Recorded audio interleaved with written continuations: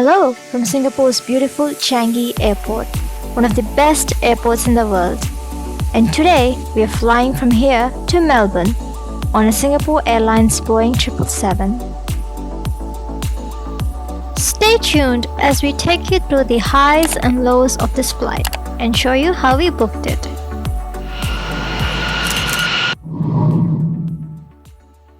And back at Changi to catch the last flight of this trip. Back to Melbourne! Yay!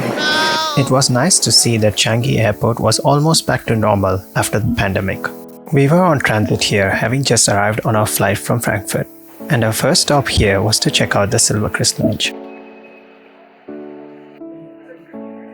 Being the flagship lounge at Singapore Airport, it was quite sizable and offered a wide selection of food, including some authentic Asian and Indian cuisines.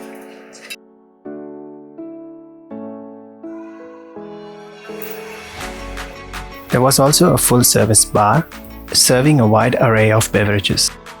We went for the light option of the curry laksa, which was delicious. The lounge was equipped with showers and toilets, which were highly sophisticated.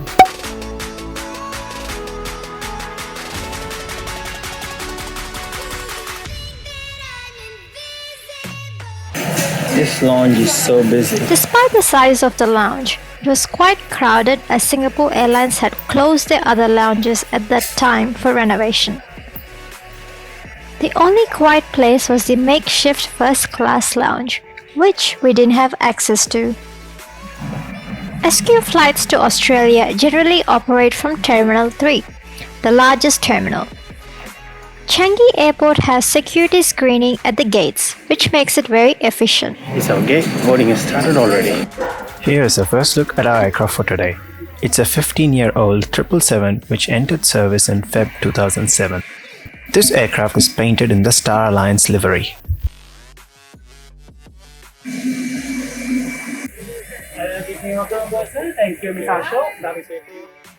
As we step on board, let's take a look at the aircraft seating configuration. Singapore Airlines 777 has a single row of first class at the front, followed by 48 seats in business class, arranged in a 1-2-1 configuration. We are today in seats 22A and 23A. This is the last one.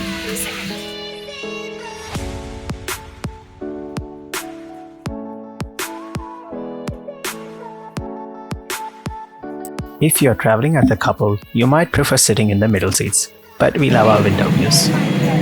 Always behind me.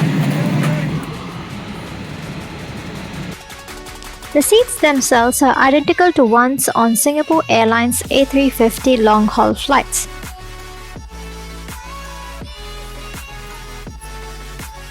There is an 18-inch TV screen, noise-cancelling headphones, and outlets for AC, USB, and HDMI. In addition, there is a mirror and lots of storage space.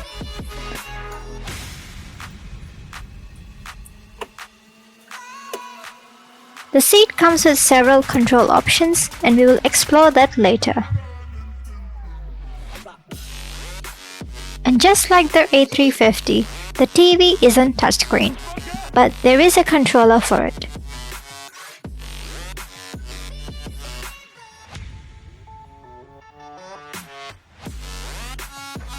The 777-300 is physically wider and longer than the A350.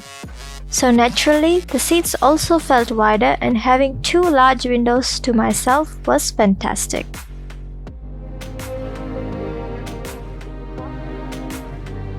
Welcome aboard Singapore Airlines. Pushback commenced 40 minutes late, but the flying time today was only 6.5 hours. If anything, this was one of the very few times we wouldn't mind being delayed.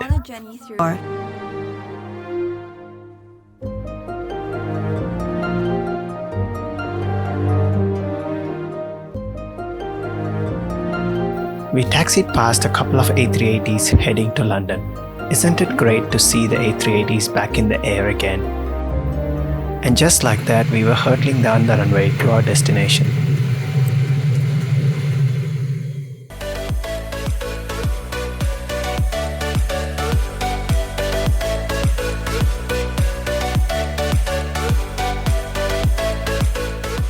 As this was a red-eye flight, supper service began straight away, starting with some nuts and a drink. On this flight, there is only one scheduled meal service with option to have this either after takeoff or before landing. In addition to the in-flight menu, Singapore Airlines offers its Book the Cook service on most flights out of Singapore. This allows passengers in first, business and premium economy to pre-select from a long list of what they call world-class dishes in a restaurant setting. So we had to try it out. Hello, what are you having? It's the Lobster thermidor.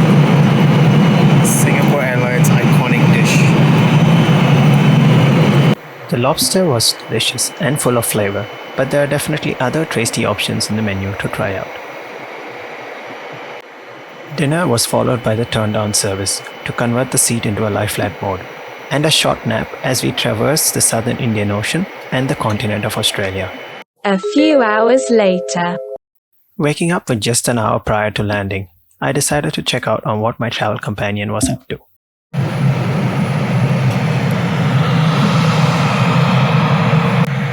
I had opted to have my meal before landing. So here is the most beautifully presented instant noodles served with some pickles.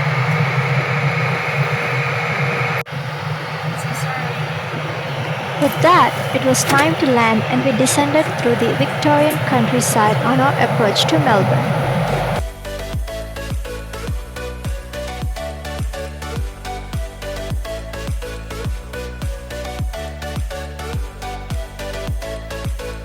In summary, Singapore Airlines business class was an exciting experience for us and it lived up to its expectations.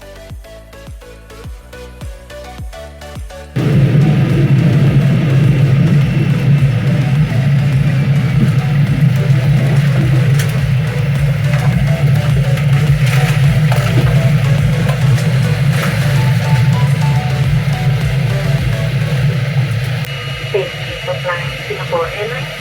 Contact the Lobster. Ready to go to work tomorrow? No. Go!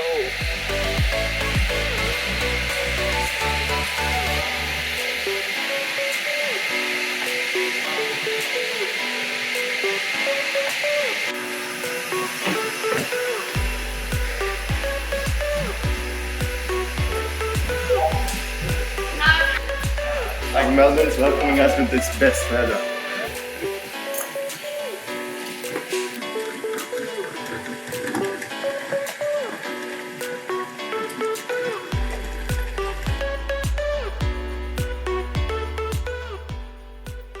We used Singapore Airlines KrisFlyer miles to book this flight, and it cost us 116,000 miles per person before taxes for both this flight as well as our flight from Frankfurt. Unfortunately, Singapore Airlines recently devalued their KrisFlyer program, so now it'll cost an extra 14,000 miles to make the same flight. Thank you so much for watching this video. If you enjoyed it, do leave it a like and a comment. We can't wait to take you next on an Outback Australian adventure.